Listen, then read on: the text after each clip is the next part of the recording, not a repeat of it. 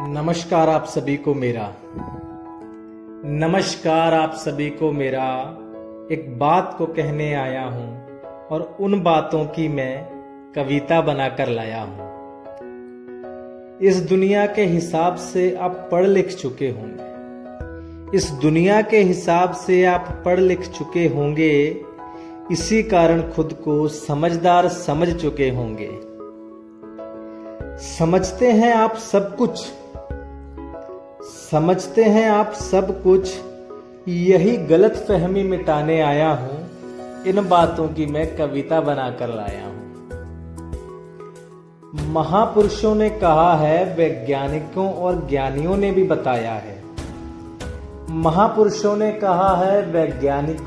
ज्ञानियों ने भी बताया है। बहुत कम समझते हैं हम लोग, इस बात को दोहराया है। दशांश भी उपयोग नहीं करते हम अपनी मस्तिष्क और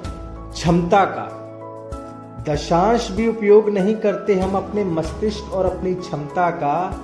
यह सिद्ध कर दिखाया है। समझदारी का यह अहंकार फिर आप में कहां से आया है?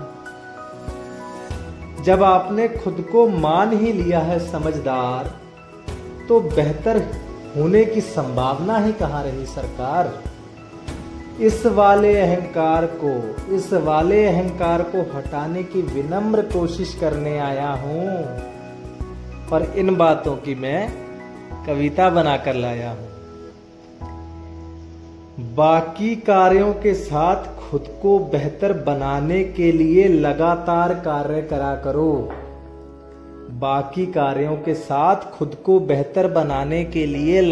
कार्य करा करो। ठीक है यार, मालूम है सब मेरे को, इस बात को कभी मत कहा करो।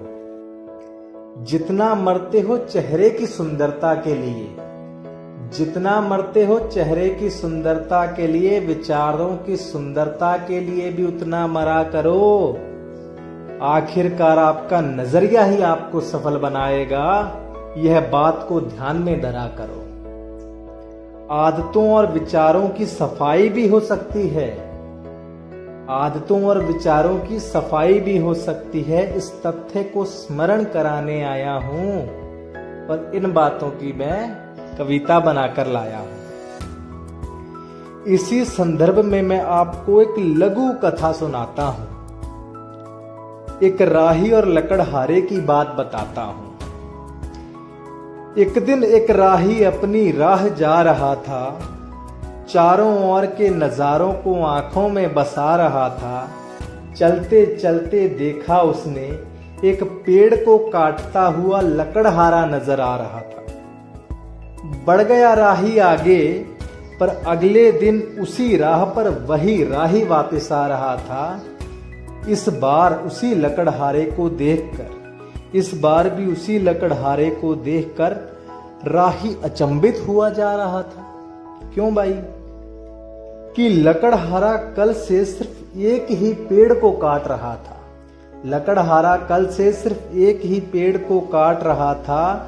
कुल्हाड़ी में गड़बड़ थी, या तो पेड़ ही ऐसा था जो कटने में नहीं आ रहा था। पास जाकर देखा तो मोटी धार वाली कुल्हाड़ी से प्रहार किया जा रहा था।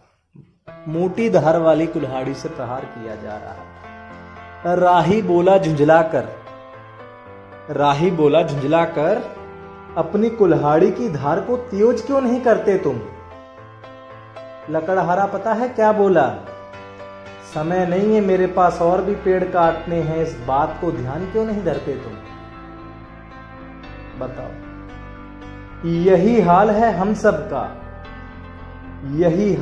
हम सबका, हम सब भागे जा रहे हैं, रुककर सोच नहीं रहे, लड़ते भिड़ते जीवन बिता रहे हैं। बाकी सब पागल हैं, खुद को समझदार बता रहे हैं। मन नियंत्रित